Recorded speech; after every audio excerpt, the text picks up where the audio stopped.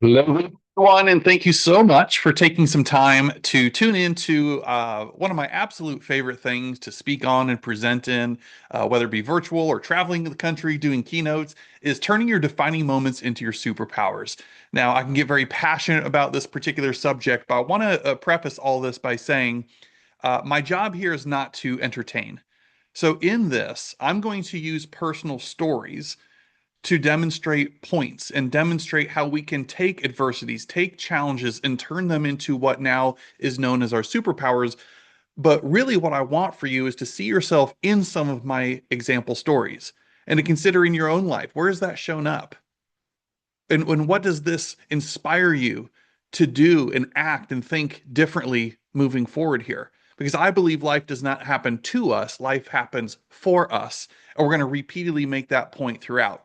So if this is our first time hanging out, maybe it's our 100th time hanging out, just a quick reminder that my name is Jake. I'm the founder, CEO of the Locker Room Real Estate Coaching and Training Company, also co-founder in the TLR Leadership and Coaching Academy. That is an ICF accredited institution where we can help people become ICF certified if that's something important to you in leadership, coaching, consulting work.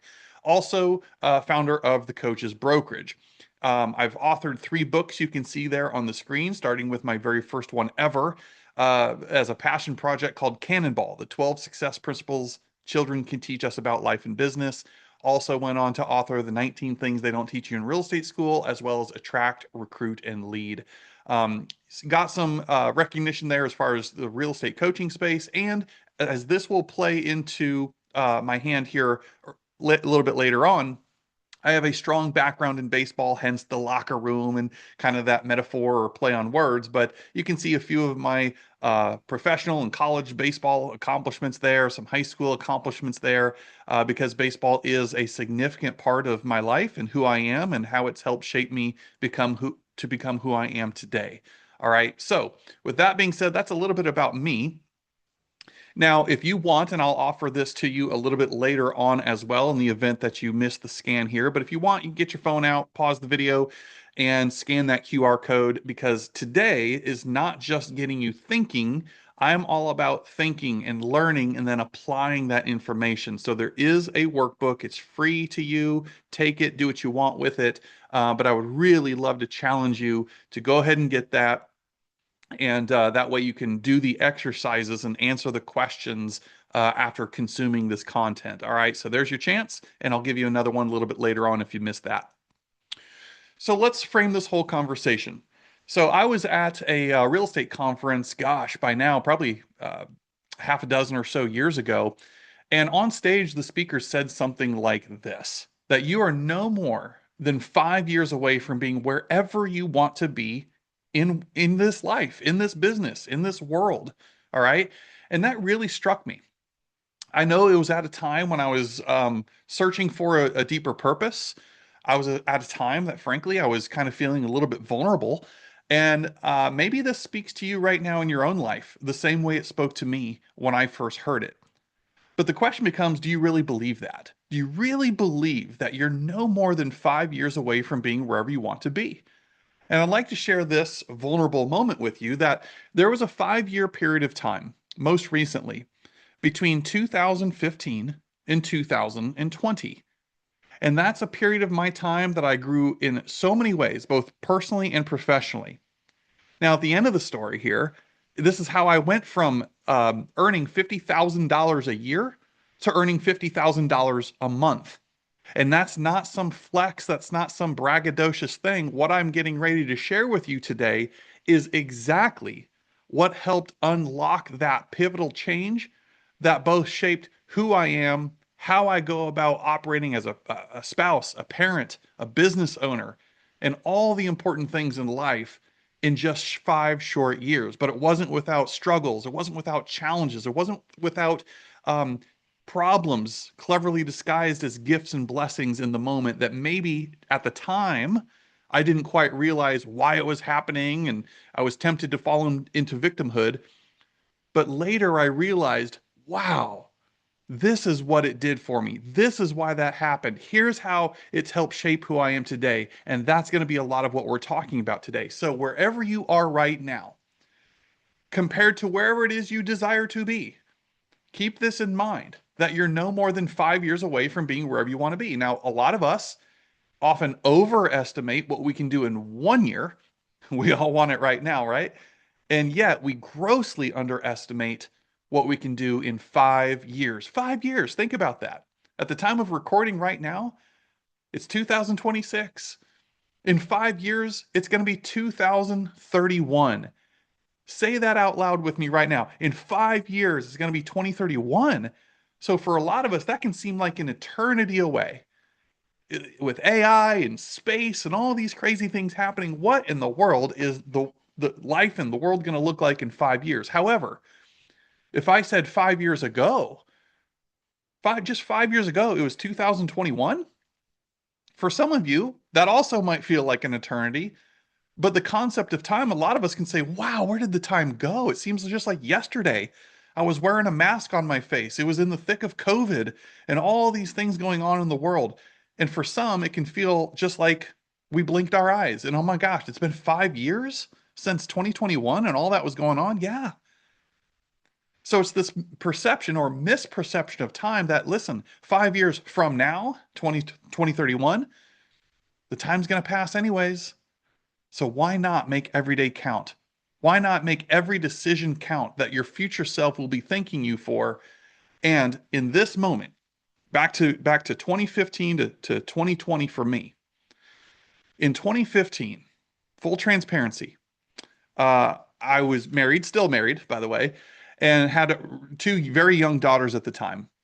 And I'll never forget this, that one day my wife turned to me and said that she felt like she didn't have a husband anymore, that she had a roommate because I was a workaholic, man.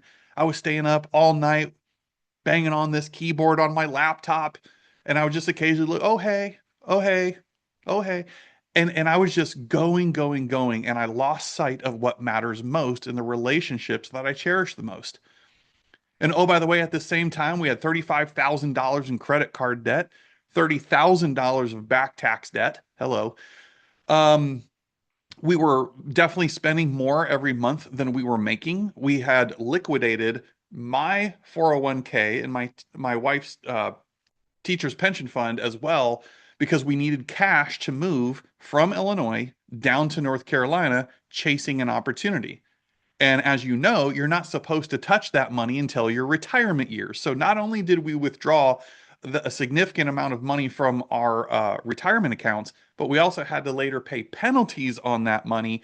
And we were just burning through it, burning through it, all the way down to $8,000 left in our name. And I distinctly remember going to the gas station, trying to put gas in the car, and my credit card got declined. Didn't have enough funds. Couldn't afford to put gas in my own car, let alone take my little girls out to dinner or anything like that that I wanted to do. So life on the outside to many looked fine because I was good at hiding it. After all, I was a CEO team leader for a Keller Williams office at the moment. I felt important. I had a fancy title. My friends thought I was successful. And yet behind the scenes, little did they know, my marriage was being challenged at the time, and we were definitely struggling financially, which can really make you see the world in a very scarce frame of reference, and is very damaging on your own mindset and the relationships that you have with other people. And so I remember driving outside of Raleigh, North Carolina after we had moved, and I'm a lake guy. I love lakes. I love the lake life. There's just something about it that brings me peace. And there was this long stretch of road going by a large lake outside of Raleigh. And I remember looking to my left and my right, seeing all these families having a good time, boating and creating memories and experiences. And I've always wanted that. And I'm like, what in the world am I doing wrong? What do they have that I don't have? What do they know that I don't know? And in that moment, that's when I had the metaphorical tap on the shoulder, the whisper in the ear, if you will, that says, Jake, wake up. You're meant for more, right? You're meant to do something bigger. You're holding yourself back, therefore, you're holding your family back. And I just had this whole self talk driving across this stretch of road across the lake. And that's when it hit me. Is my passion What really fuels me, what lights me up like a Christmas tree, wasn't at the time recruiting and managing an office anymore. It was coaching, pouring into people, seeing more in them than they see in themselves, holding them to a standard, fighting for their greatness more than they're willing to fight for their own limiting beliefs. That is what lit me up. The problem was that although I had leadership experience and I had built multiple businesses, I only sold one home in real estate, right? And not because I was terrible at it, because I got into real estate, sold my first home very quickly, and then I got the call to become a leader in this organization. Well, nobody wanted to give me a chance to be a real estate coach because, after all, my resume wasn't that impressive. I didn't sell or a zillion homes or run a super duper mega agent team, right? I've sold one home. And so, after four denials, including a denial from my very own office that I was working in at the time, I set out and had to make some tough decisions. I had to choose faith over fear. And both are believing in something that you cannot see. And I'm proud to say, fast forward the game film here, my very first year, when somebody gave me a chance finally to be a coach, a productivity coach inside of a Keller Williams office location in Fort Mill, South Carolina, I inherited nothing. And my very first year, I built that program to 95 to 105 agents at any given time. Made $350,000 that first year. And we had the number one productivity coaching program, apparently, in all of Keller Williams, I was told.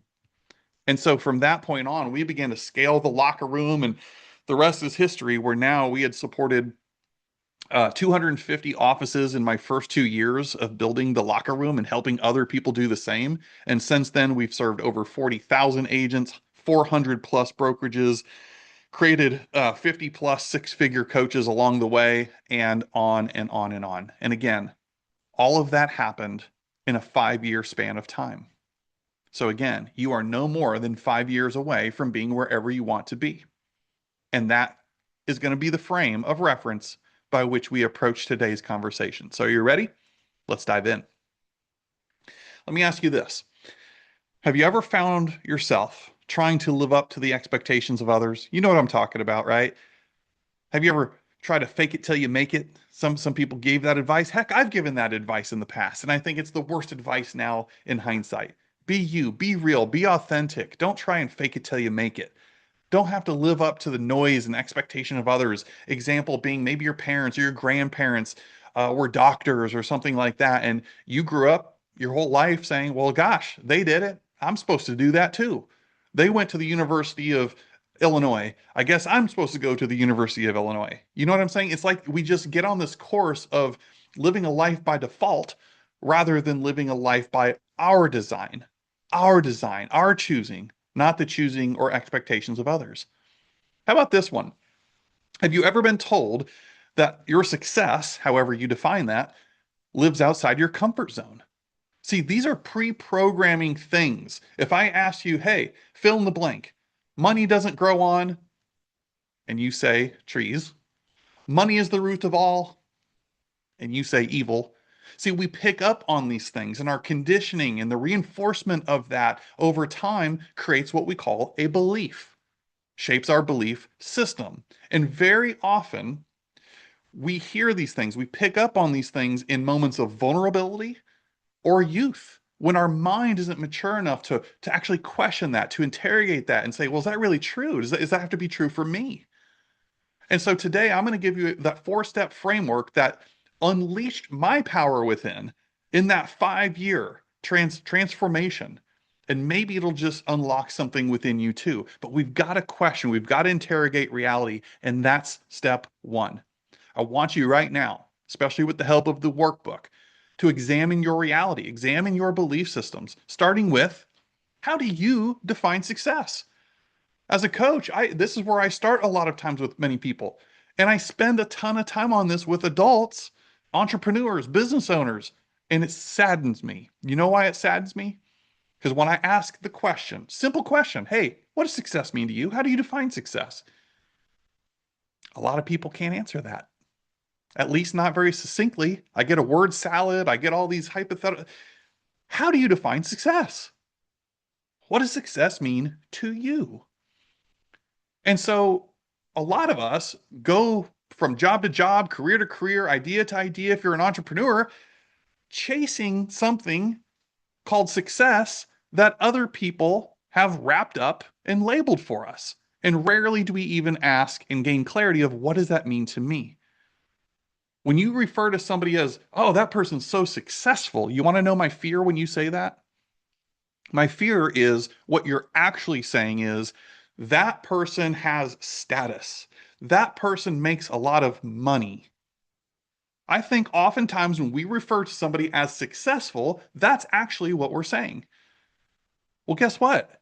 Think of a person that had it all these celebrities and pro athletes, movie stars, you name it, who arguably had all the money in the world, had all the fame and prestige and status and recognition in the world, and they lost it all. They're empty, they're shallow inside. Heck, some of them, unfortunately, so much so that they even take their own lives. And the rest of us are just like, wow, why? They had the mansion, they had the cars, they had the money. Is that really success? And when we're comparing ourselves to other people, saying, wow, I wish I was like that person. That person is so successful. Is that it? Is it really just money and other material items like that? Or is it deeper than that? I don't know. I'm just asking questions. Your job, just like my job, is to define what does success mean to me. And if I then had a chance to go around, I'll bet you a lot of your definitions would vary, and they should vary. So then we go full circle and say, well, then why am I comparing myself to that person when I'm not even running that individual's race? I'm running my own race. Okay.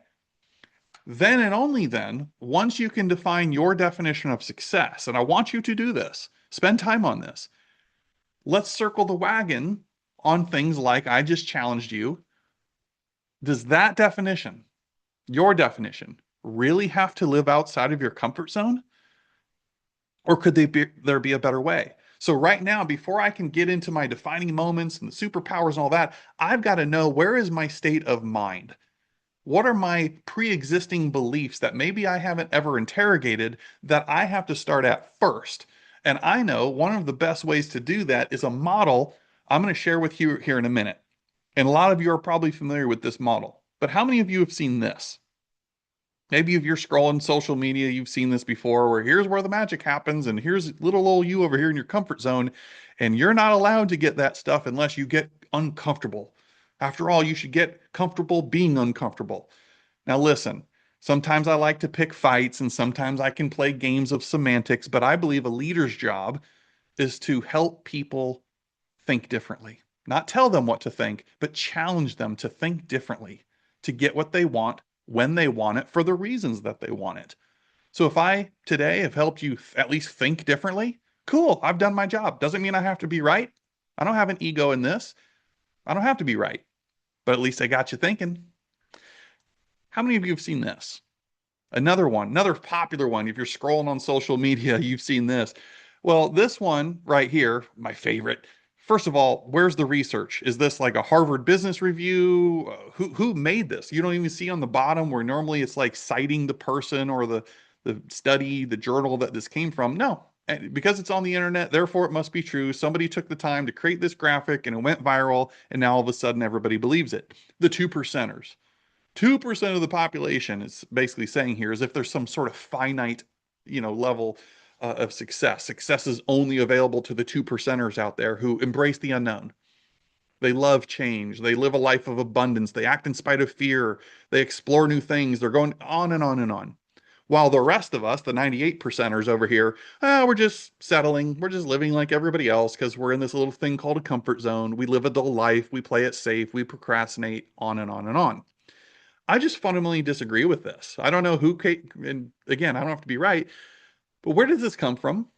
Where's the research? Where's the study? Is this really true? Because I believe, and I respect your beliefs, but I believe God or our creator did not put us on this earth just to settle, just to be average, just to live a complacent, comfortable life. I believe every single person has that gift, that spark, that flame, that something within themselves and those unique sets of talents and abilities that make them unique and special.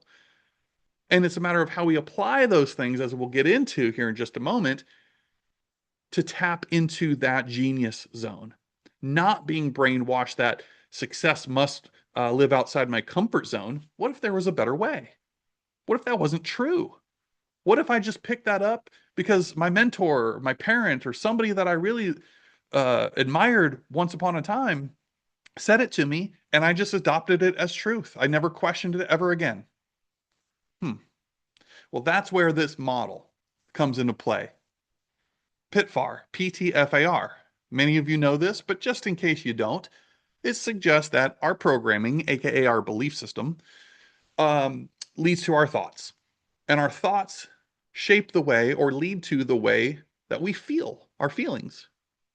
And the way we feel about something dictates our action, or if we even act at all. And of course, we know that our actions or lack of action dictates the result. So in other words, our programming leads to our thoughts to our feelings to our actions to our results. This is one of the single greatest personal growth and development and or productivity hacks known to man. I am obsessed with this model. I use it daily in my coaching practices with others and myself. Now, the simple genius in this thing is reversing the order.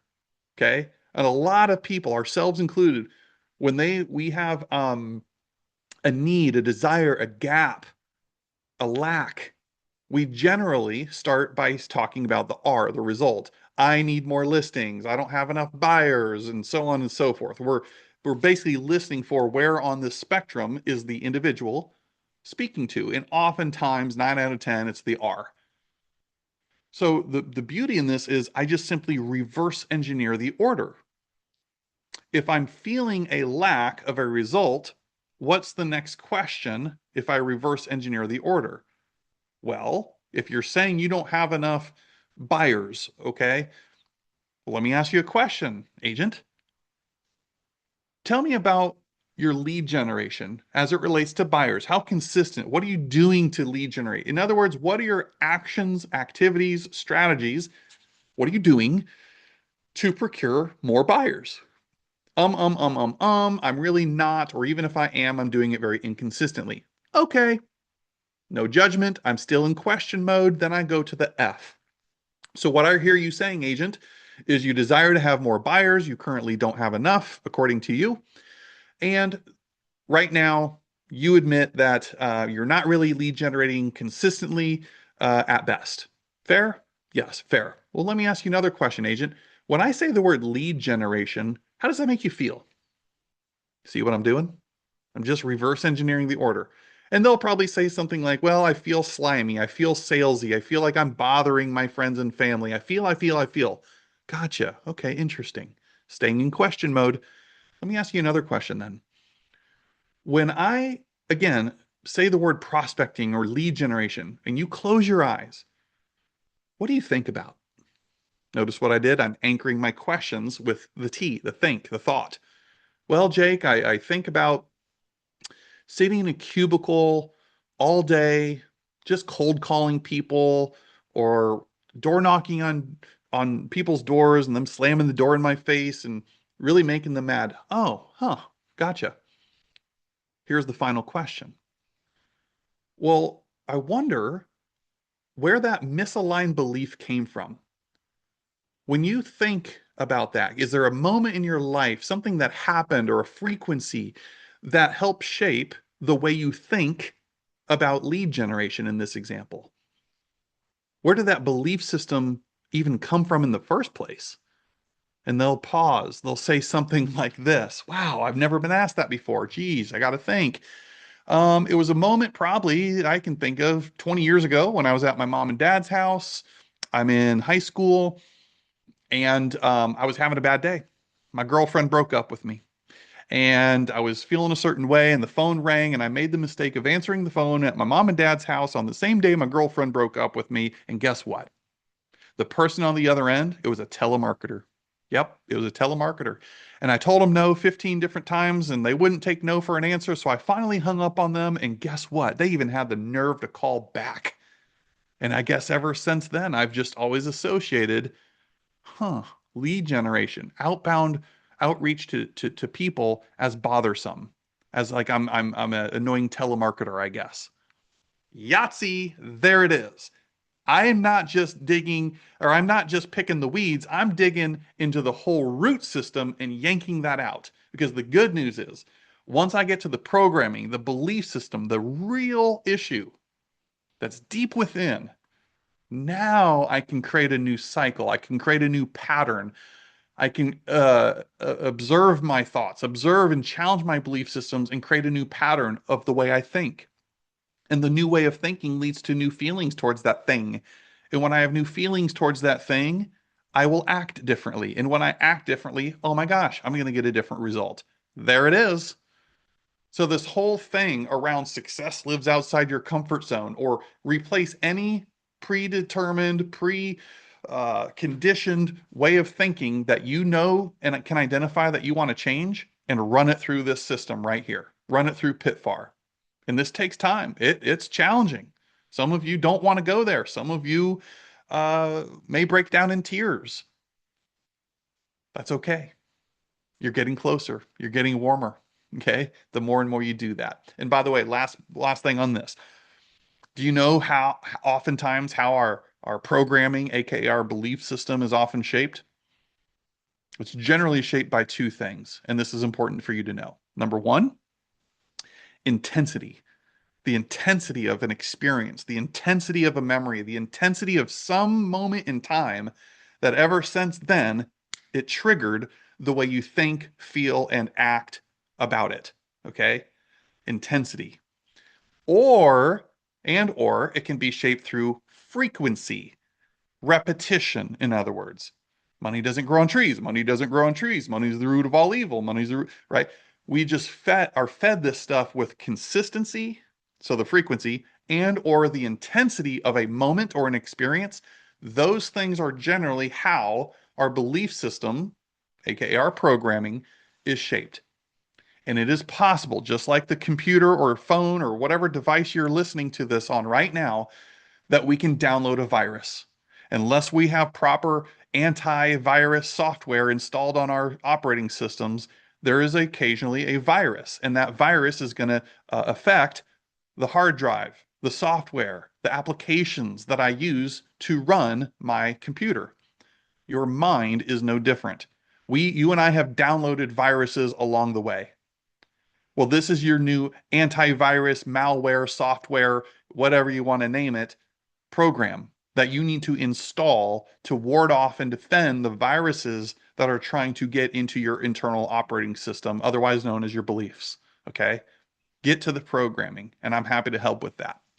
So, again, before we can tackle how does this have anything to do with turning my defining moments into my superpowers? Actually, it has everything to do, because we've got to understand our mindset and how that thing works. Reverse the words, set your mind. It is a conscious decision. Awareness is transformation. Awareness is transformation. Maybe this is the greatest thing you take away from today that you didn't know or expect to get. Okay? So now that we've been through that, I'm here to offer you a new way of thinking, an alternative perspective, and I call this the strength zone concept. I don't have to subscribe to the idea that success lives outside of my comfort zone. Again, step one, what does success even mean to you? And then asking the question all over, does that definition really have to live outside my comfort zone? Or am I whole? Am I resourceful? Am I perfectly imperfect, just the way God made me? Okay. And I submit this to you. It's your strength zone. Now, let's preface this with a little story. Imagine this. I'm a father of two young daughters. And let's say one of my daughters has a birthday coming up. And dear old dad here wants to bake her a cake. Now, I don't know anything about baking cake. I'm pretty good on the grill, but I don't know a lick about baking things. I know enough to be dangerous that if you don't measure things perfectly right, like it just destroys the whole thing, let alone don't you dare mess with the recipe and get creative. So here's the thing. What would I do? A dad that doesn't know how to bake a cake, but he can follow instructions. I'm coachable. Well, what I'm going to first do is I'm going to go to the grocery store and I'm going to look up at the signs above each aisle and I'm going to find the baking aisle. Ooh, aisle 6, baking. Okay. So I'm going to wheel my cart over to the baking aisle, aisle 6, And now I'm faced with a lot of decisions, a lot of choices, because there's this wall in front of me of all the different types of cake mixes, brownie mixes, different brands. Oh my gosh, where do I even start? How do I decide? Okay. So what I do is I pick this box off the shelf. And I pick this box off the shelf saying, yep, this one looks good. I'm going to pick this one and put it in my cart. Pause. Why? Probably because the picture on the front of the box, I'm buying the result. I'm buying the picture on the front. The next thing I'm going to do is flip that box over and read what's on the back of it. You tell me what's on the back of the box. That's right, I can hear you. Directions, ingredients, correct? That's called a system. That's called a model. That's called a recipe for success. That if even somebody like me can buy the right ingredients, mix them together in the right order, the way it tells me, that I too am guaranteed to get what they promised me on the front of the box, correct? I don't get to jack with the recipe. I don't get to put a little bit more flour. I don't get to set the oven on a different temperature than what it says to. I'm going to mess it up.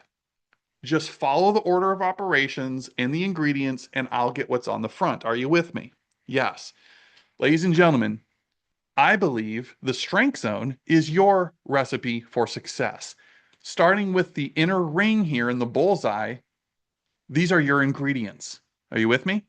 Your ingredients consist of things that you've probably cast aside, like your natural talent and abilities. What are people always complimenting you for?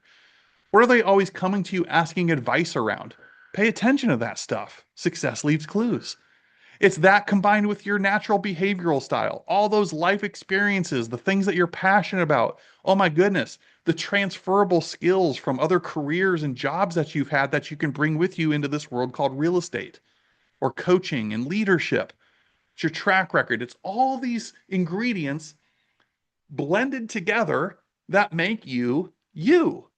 Nothing about this is unfamiliar. Nothing about this is foreign. Nothing about this is uncomfortable. You just need to, starting in the inner ring, the bullseye, identify them. You need to own them. And then you need to figure out how you can play to these strengths rather than trying to cater or improve the things that you consider a weakness. I believe success, your definition of it, can occur by expanding your strength zone, not brainwashing yourself that it has to live outside of your comfort zone. Once you've got this dialed in, yes, now I'm expanding. I'm expanding to ring two. This is where I'm more intentional. I'm doubling down on the things that I'm really good at. I'm comfortable saying no to the things I'm not so good at, and so on and so forth. By the way, this yes versus no thing, remember Sir Isaac Newton, Newton's law? We learned this in like sixth or seventh grade. He said that for every action, there's an equal and opposite what? Reaction. For every action, there's an equal and opposite reaction. Just like I used to tell kids when I ran an indoor baseball training facility, I would show them if I want to flex my bicep muscle, right? My bicep, that big muscle right here, what is equal and opposite of that? For every action, there's an equal and opposite reaction. So for me to flex my bicep, that means my tricep has to give, it has to relax. Okay. Same thing is in our life. When I say yes to something, that means I'm saying no to something else. What is it? And am I okay with that? Two very important follow-up questions. Awareness is transformation. So when I say yes to something, that means I'm saying no to something else. What is it? That's awareness. And am I okay with that? That's where the decision making happens. And I'm telling you, when you lean into your gifts, you lean into this strength zone of yours, it makes decision making a whole lot easier. Decision fatigue, bye bye, because now I'm playing to win versus playing not to lose. I'm not trying to appease everybody. I'm totally okay saying no because I understand that's freeing me up to say yes to other things that matter to me. And then once you've done that, you've mastered that, then we get into the third ring. I'm more systematized than ever before. I enter into a whole new level of strategic thinking than I've had. I'm efficient. I'm maximizing. I'm a person of influence. And oh, by the way, I've built myself a network of other high-minded, like-minded people, often so that don't just mirror my strengths, but you'll find many times actually balance me out for the things I'm not great at. But they are. Okay. So I'm just submitting this to you. Maybe there's a better way. Maybe there's an alternative way of thinking and operating, especially when we understand PTFAR and understand also what is my definition of success. And does it really have to live outside my comfort zone? Or can I achieve that version of success by leaning into the things that I already have that make me me, that come very natural, that come very comfortable, quite frankly, to me, and just maximizing that. Okay. So that's what I want to give you first. That was step one. We'll speed up a little bit here, but step two. So let me back up. Step one is examining your thoughts, examining your belief systems, because until that's straightened out, we can't go forward. Anything else I would say today was just for entertainment purposes if we didn't cover that first. Step two of four then is studying your game film, studying your game film. I use these sports and metaphors, but think of this. If you're a football fan, for example, it's the Super Bowl. The weeks leading up to the big game, the Super Bowl, what are those teams doing? What are the opposing teams doing? Well, obviously the first answer, well, they're practicing. I get that, and you're not wrong. But what else are they doing? Well, if you didn't know, behind the scenes, they are studying game film. They're watching game film of themselves. Where did we miss that block? How can we run that play better? Okay. But they're also studying the game film of their opponent and trying to uncover their vulnerabilities, their weaknesses, the gaps that they can expose when it's game time. A lot of us don't pause, strategically pause in our lives, our businesses to study our own game film. Rewind the tape. What went right? What didn't go so right? What could you do differently moving forward?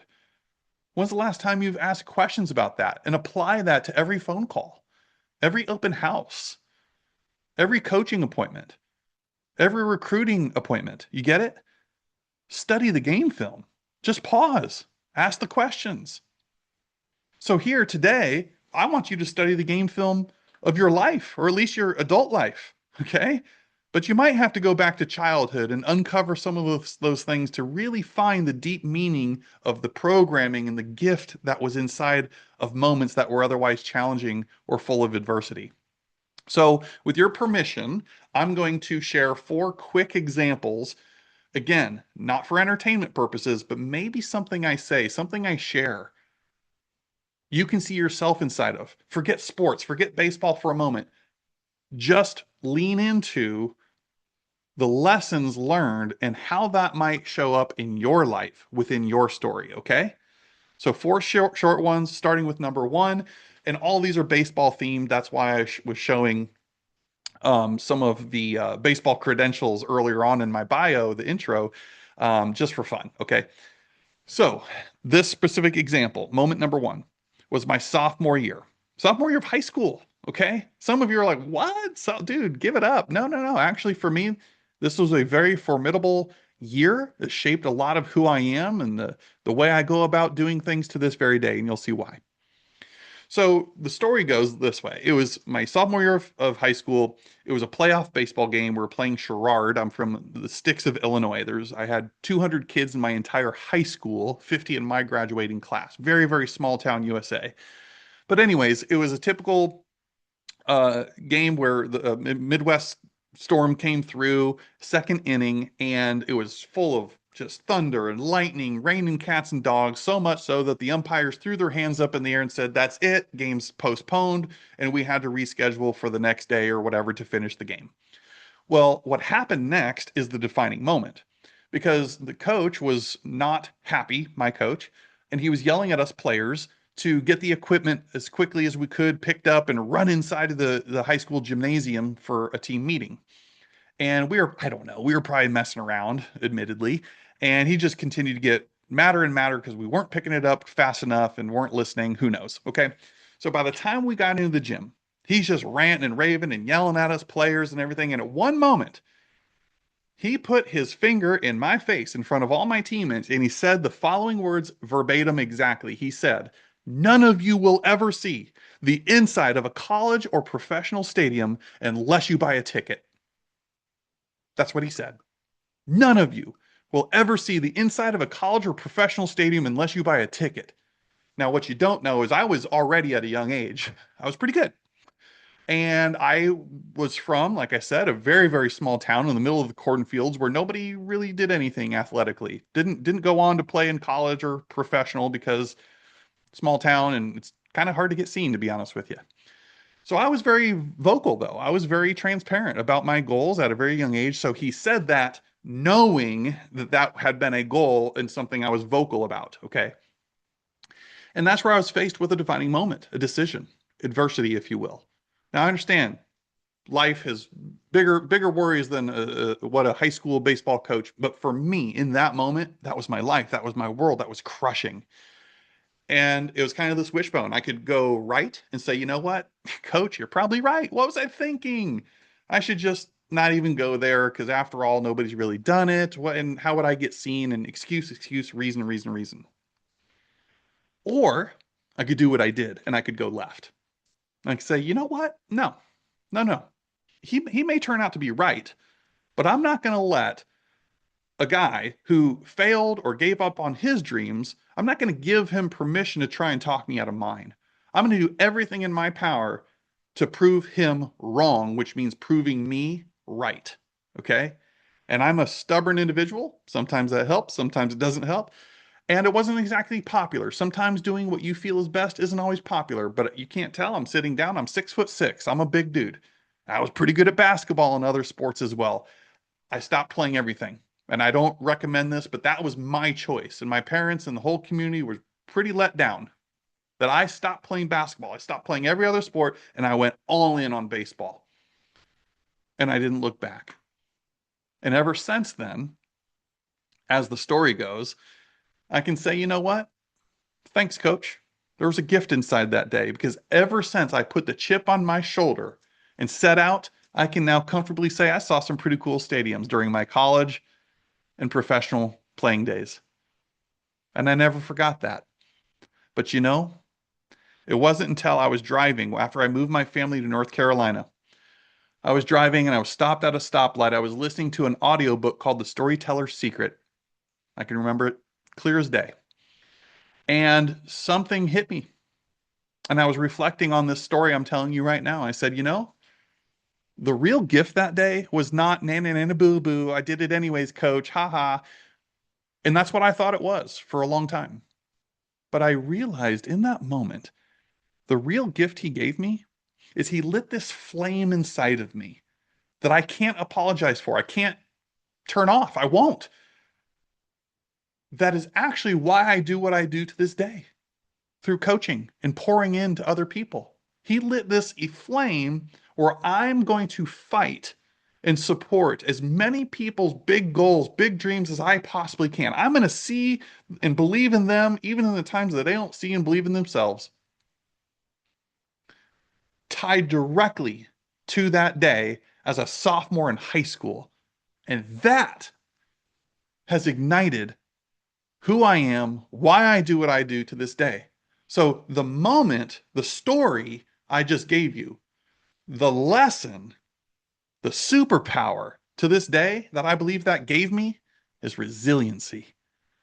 Never, ever let somebody else dictate your dreams. That's one thing that I learned from it. And as I said, just because he was a third string washed up catcher that never went on to play anywhere does not give him permission to try and talk me out of my goals, my dreams. And if you are transparent and vulnerable and going for big things in your life, there's going to be haters. And you've got to let those haters become your motivators, right? Play with a chip on your shoulder. That's okay. Show the world what you have. Inspire other people by your attitude and your actions and your results. Because for the one person who's sitting on the sidelines barking and they're the noisiest, or maybe they're the keyboard warrior that's trying to bring you down on your Facebook post or something, nah, I promise you, there's others like me who are in your corner that want to see you win. Your success is your success and it's deserved. It doesn't mean that there's less of that available for me. So I figure the more abundant, the more I can champion other people and help other people win according to what success means to them, Heck, there's plenty to go around. And that's now a part of my why. My big why for what I do is being just a fraction, a small part of other people's stories to help them achieve their big why.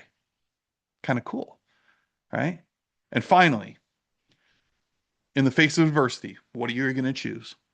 Are you going to advance boldly in the direction of your dreams, or are you going to retreat fearfully into a world of mediocrity? But that day, and it's only in hindsight now, can I connect the dots and say, actually, there was a gift inside of that. I wouldn't be who I am. I wouldn't have gone on to probably do what I did in sports or business or life without that moment because I never forgot it.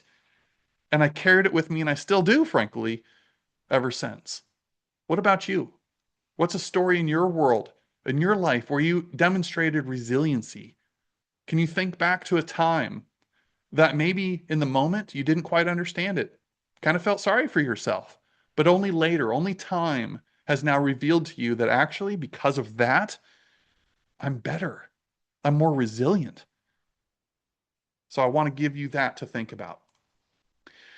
Number two, moment two, Summer Legion baseball game. This is one of my absolute favorite stories to tell. And it was the summer between my junior and senior year of high school. Here we go again, right? A lot of things happening during this pivotal moment of my life, I guess, specific to baseball.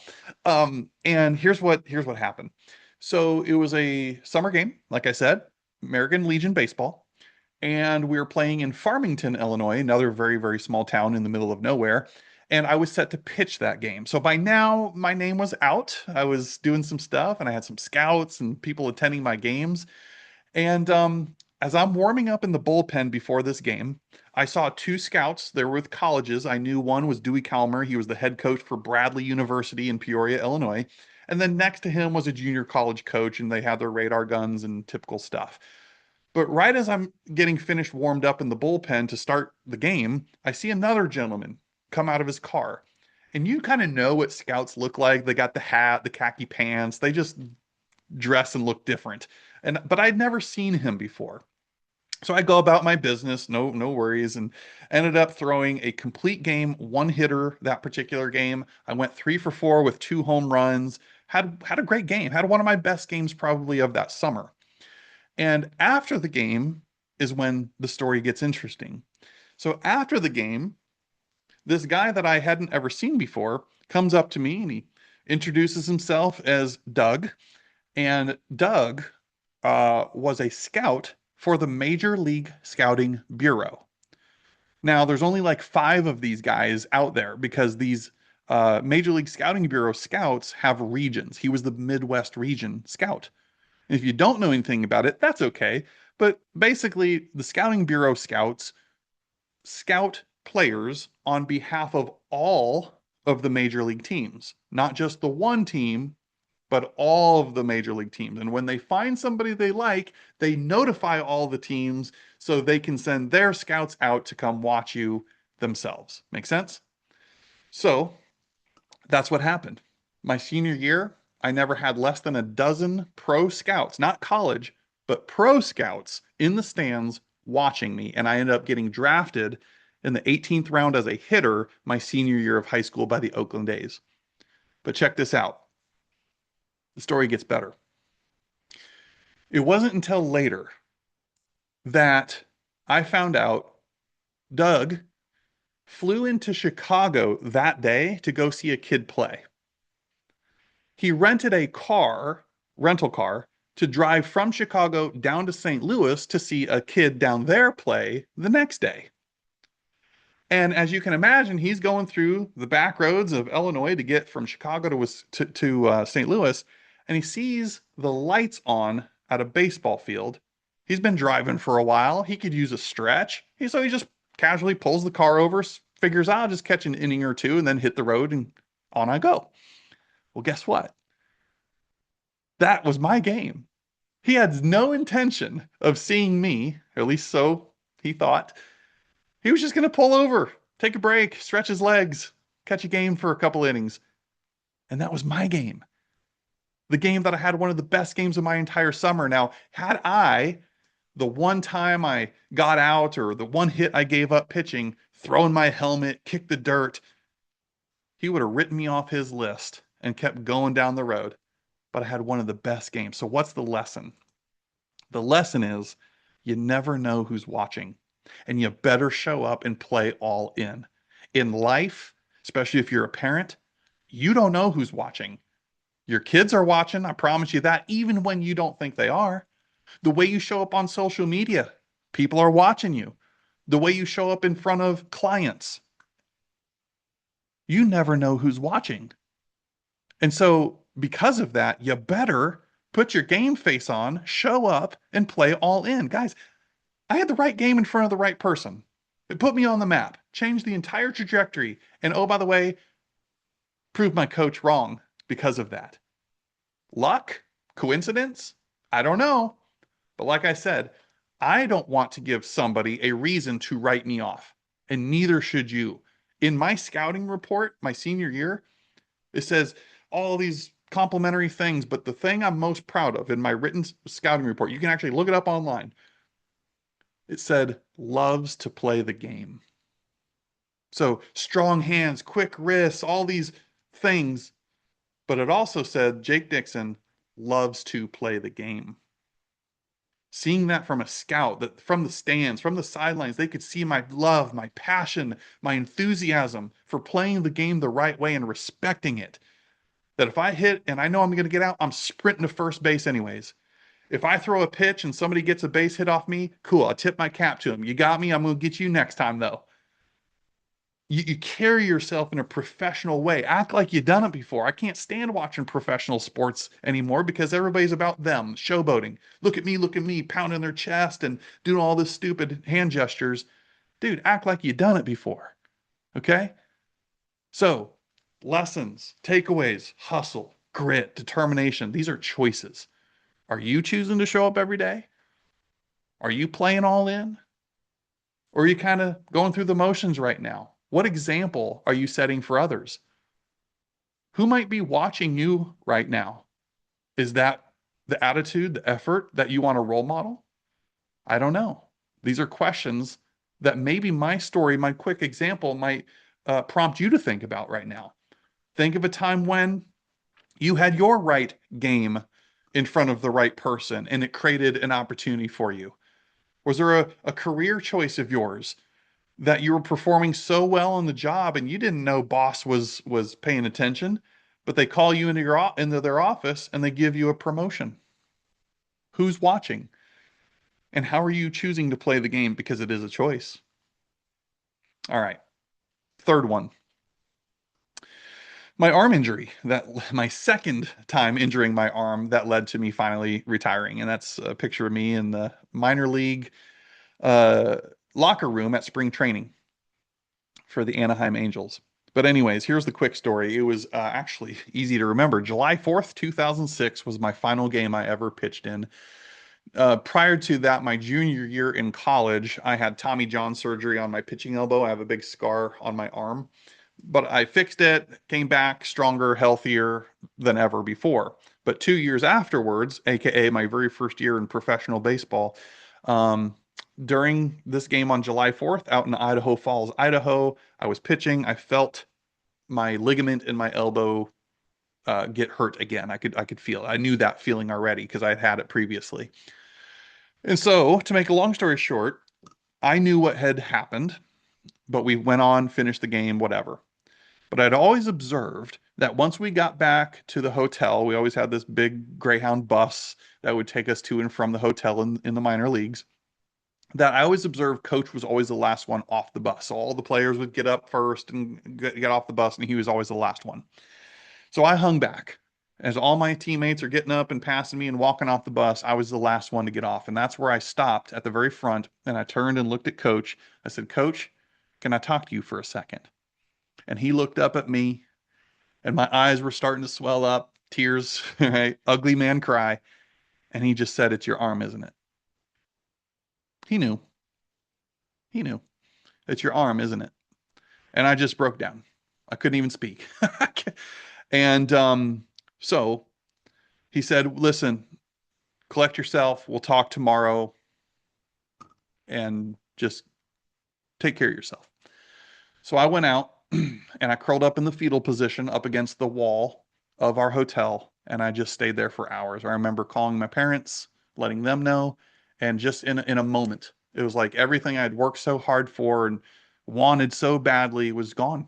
Because I always promised myself, if I tore my elbow again, I would not get a second surgery. And I knew I had done it. And that was it. Time to hang it up.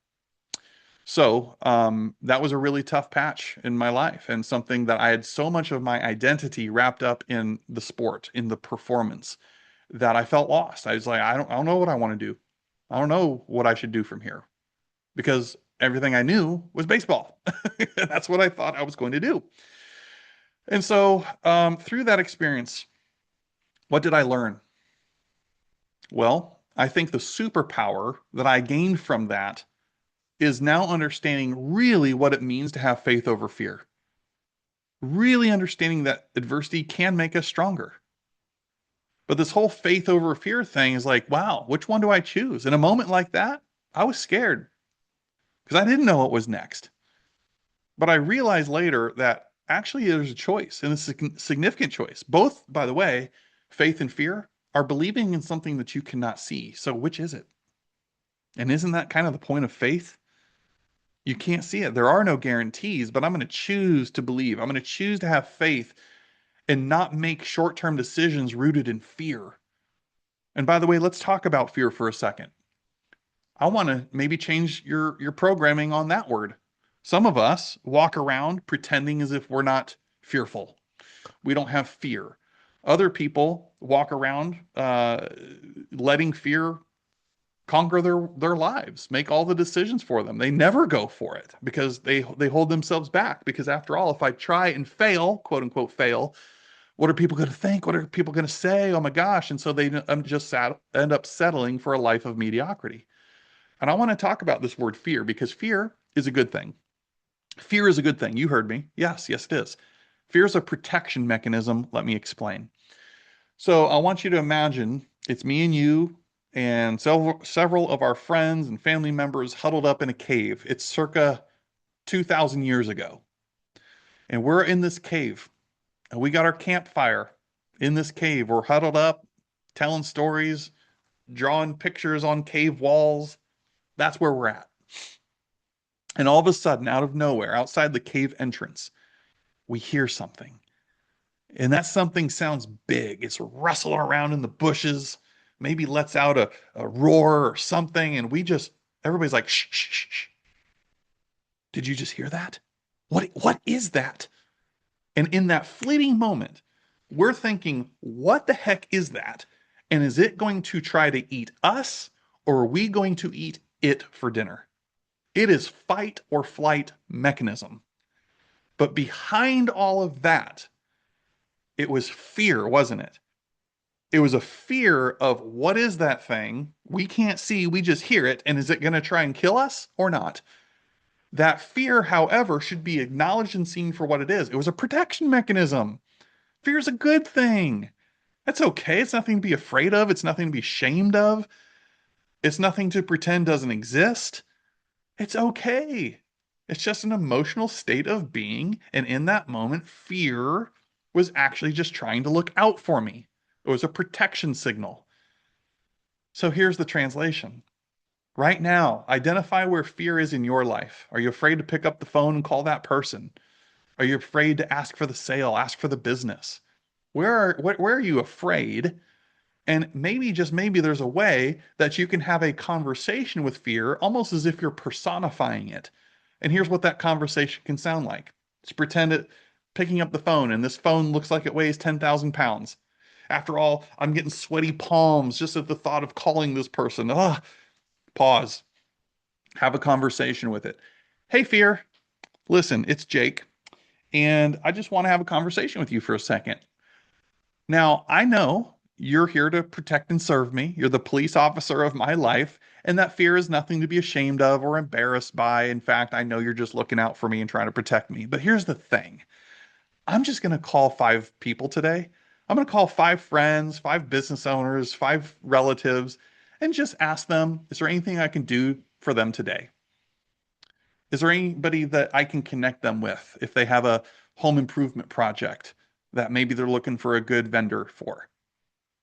I'm just going to ask them if they happen to know anybody or can think of anybody that might be looking to buy, sell, or invest in real estate. So fear, I appreciate you looking out for me, but I'm just going to go ahead and do this because I know I'm coming from value. I know I'm coming from service, and it's everything's going to be okay. End script. Okay, just talk to it, but don't sweep it under the rug. Don't pretend it doesn't exist, and sure as heck, don't be ashamed by it. Fear is a protection mechanism. It's meant to serve you. It's a good thing. Okay, back to the story. So with the arm injury and all that followed, I just, I learned that you can't always make sense of what happens. It's only kind of when we look back that we can connect the dots. But I have learned this. Now when I'm going through stuff, okay, tough times, I have learned to kind of give myself this out of body experience, see it from a 30,000-foot view and remove the emotion from the equation. I ask the following question: how will this, insert this blank, serve me or others in the future? So, hey, I'm going through this tough thing right now with my finances or my business or whatever it is. How will this experience, this moment, me dealing with X, serve me and or other people in the future? I have learned to ask that, and now I'm able to extract the lesson, the actual gift inside of the moment. So I'm the victor, not a victim. You with me? And lastly, it's certainly not all about the destination. Enjoy the journey, you guys. Gosh, you don't have to have this whole thing mapped out. None of us can see through, too far into the distance. So don't forget to look up, look around you, scan the horizon, stop and smell the roses. Enjoy the journey. I used to coach a 12U baseball team down in Florida. And imagine it being the first practice of the year, and just coach walks up with this 6 foot tall trophy and said, "Congratulations, boys. You won. You won the league. Here's the trophy." Probably for a few minutes, everybody's going to be like, "Really?"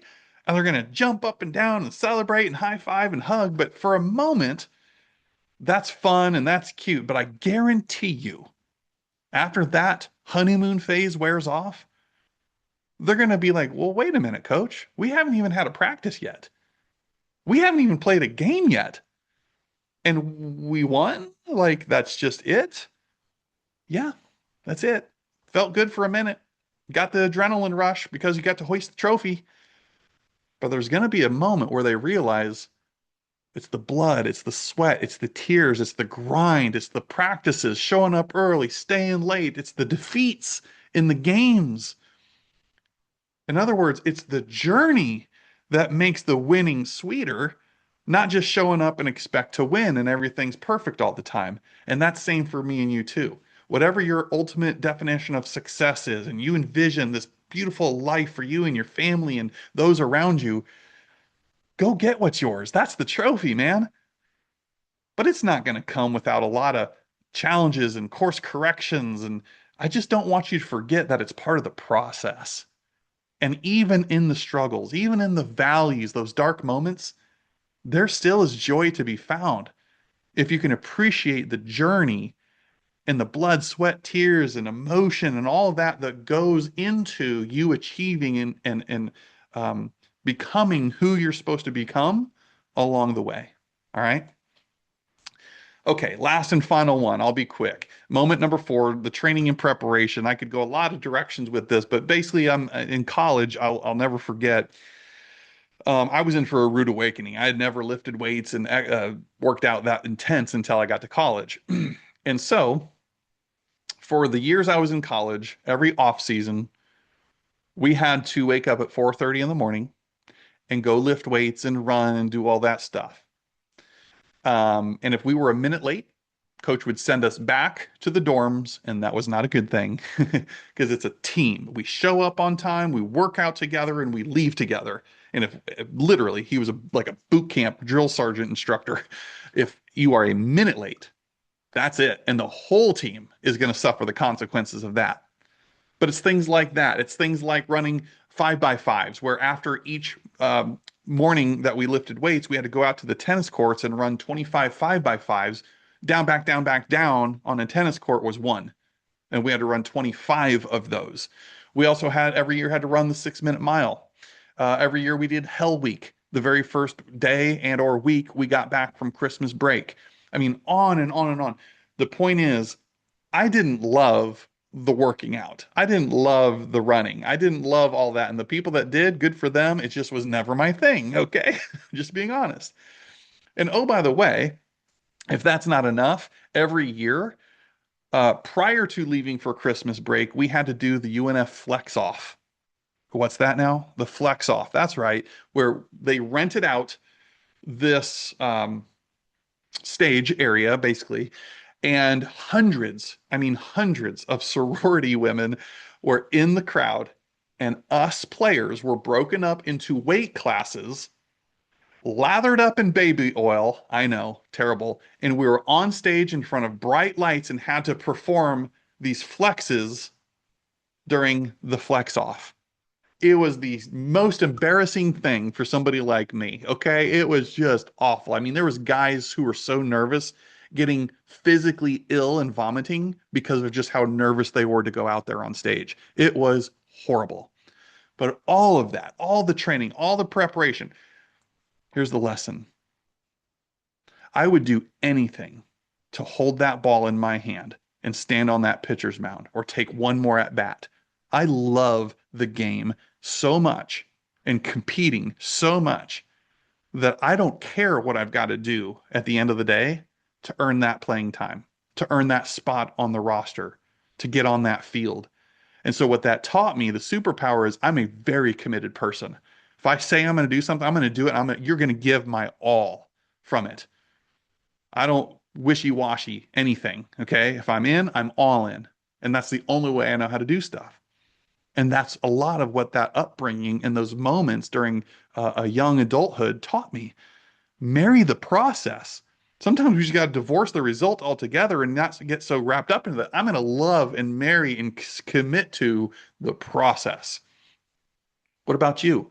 Do you love the real estate game, the leadership game, the coaching game, wherever you're attacking this from? Do you love it enough that you're going to go through any process to earn that time to compete, to get out on the field, if you will?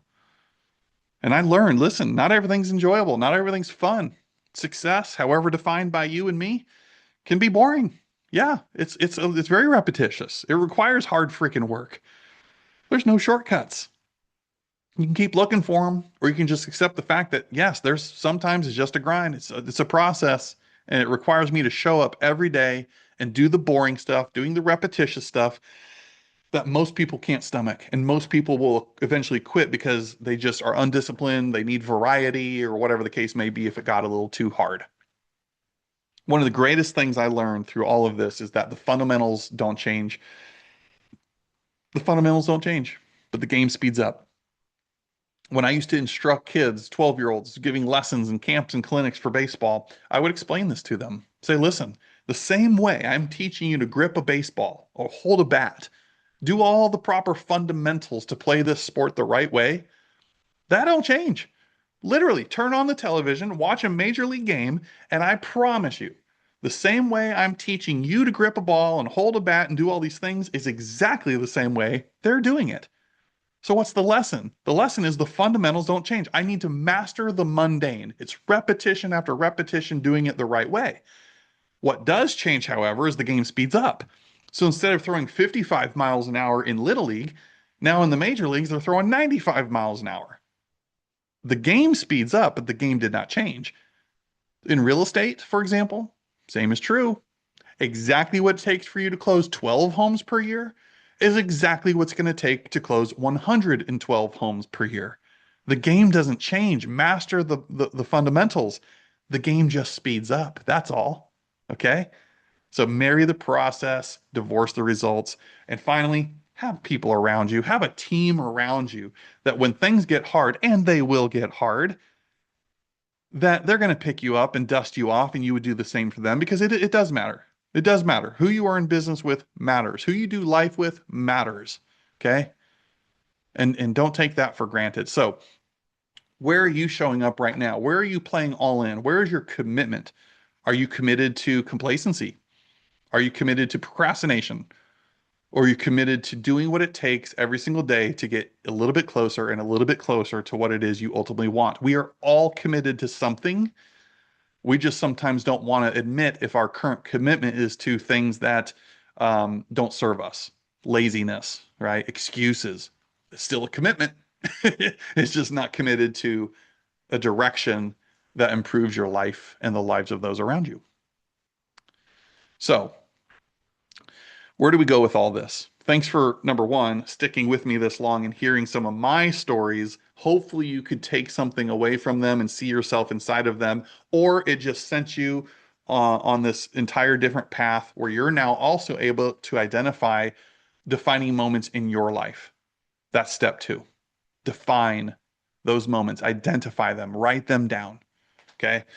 So here at step three, imagine, and it's all in your workbook. Imagine you've got a sheet full of all of these moments, the highs and lows, sports, upbringing, parents got divorced, lost a loved one or a relative at a young age. These are all possibilities. Mine were just sports related. I could have gone a completely different direction. Um, but, I want you to think, what are those defining moments in your life that were pivotal that help shape who you are today? And a lot of times you're going to find that it's actually during the struggle. Those help us shape who we are today more than the wins and the victories. But, anyways, once you've got that list, now at step three, and this is in your workbook, I want you to ask some of these questions. Do what I just did. Explain and identify the scenario, but pull out the gift or the lessons from it. So you can ask questions like, how does this experience translate into a unique strength? How has this experience shaped who you are today? And what was the real gift or the real lesson that you received from that experience? Three simple questions, and then I want you to follow it up with an I am statement. Be careful now. I am statements are very powerful. These are like affirmations, okay? So, from each of those experiences, especially the challenges and adversity ones, I want you to fill in the blank. From describe experience, I am blank because of it. From my high school baseball coach telling me that nobody would ever see the inside of a college or pro stadium unless we bought a ticket, I am resilient because of it. I play with a chip on my shoulder because of it. Because of it, I am now a beacon of light and hope and inspiration with what I do professionally to pour into other people, never being the person that poo-poos or gives up on somebody else's dreams, no matter how big or wild they may sound. You get it? That's what I want you to do. So again, in step two, you're writing down, hopefully I've just prompted some thoughts for you of what that might be in your own world, all these defining moments. But here at step three, next to each one of those you've identified, answer the questions and then turn it into a power statement, an I am blank statement because of it. Okay. And then finally, step four, I told you we had 4 sections, 4 steps to turn your defining moments into your superpowers. Here's number 4, establish your game plan. What do you do with it from here? Now I've got all this awareness. I've got these power statements. I've got these questions. What am I supposed to make of it? What do I do with this? Well, just a few questions for you. How can you take whatever it is that's hitting you now, you've learned about yourself from now, how can you take all of this and become a better leader? Be a better spouse, be a better father, be a better mother, cousin, aunt, uncle. I don't know. How can you become better based on what you've now realized? What about this? Who needs to hear your story? Notice I did not ask it in a yes or a no question. I did not say, does somebody need to hear the story? No, no, no. Absolutely people do. I'm saying, who does? What is your delivery mechanism? Might you shoot some Facebook videos and just put it out there? Maybe you want to write a blog. I don't know. I don't know what or how you want to communicate and share what you've learned and the journey that you're now so appreciative for because it will liberate somebody else. Shame on us if we don't share it. Okay. Hopefully something I shared today has helped you. And if I didn't share that, you wouldn't be as liberated or as empowered or as close, even if it's just an inch closer to becoming who you need to become to achieve what you desire to achieve. Shame on me if I wouldn't have shared something today that maybe spoke to you. Okay, now it's your turn. And finally, how can you use this new awareness, these new lessons, these new gifts that you're able to extract to create your mission, the vision, and or beliefs of your business, of how you go about operating life? Okay, just a few examples or questions really that can take all of this stuff that you would have gotten by now and start to put it together and put it out in the world for other people to benefit from, not just you. Okay. So, in closing, I believe your business should be a direct reflection of you and your beliefs. Okay. So much as adults of our waking hours, our waking time is spent working. And by God, I'm done apologizing. I know I'm not for everybody and everybody's not for me, and that's okay. But I believe strongly that my business will attract, my vibe will attract my tribe, and I want to work with more people that value me, who are like me, who appreciate things, because it's just more fun, and I'm probably able to help them better anyways. Okay. I also believe that you have a gift, and it's your responsibility to share it. Okay. So really think about that. Who needs to hear it? How can you go about sharing elements of your story where you once were and now here's where you are and here's what happened in between? I really want you to think about that and feel empowered, not embarrassed, not shy. Feel empowered. Don't forget what I said earlier. There will be haters along the way. Okay. Let your haters be your motivators. Somebody is dealing with this right now, I guarantee it, where you're shying away from putting yourself out there, maybe on social media, for example, out of fear of what somebody hiding behind a keyboard somewhere might type or might think. And so you shrink yourself not to invite that into your world. I'm gonna push back on that. I'm gonna challenge you. Rise above the noise. Okay. Don't dim yourself just because one or two haters are out there because you make them feel insecure. Because there's people like me who, when I see your Facebook post, I'm like, yes, go get it. Let me comment, bing, bang, boom. Let's lift each other up rather than shrinking ourselves down. And finally, are you interested or are you just committed? What is the difference? Interested oftentimes comes when things are convenient. A lot of people set New Year's resolutions and they're only interested in a new year, a new version of themselves. Because 3 weeks later, it's like, where the heck did that person even go? Committed, on the other hand, is doing what you said you were going to do long after the feeling or emotion when you said it has passed. Doing what you said you were going to do long after the feeling or emotion when you said it has passed. Another term for that would be integrity. You did what you said you were going to do, not just during a honeymoon phase, not because you blurted something out in a state of excitement or emotion. No, I'm still as jacked up, crazy excited, and committed 6 months from now as I was in the moment that I said it. That's commitment.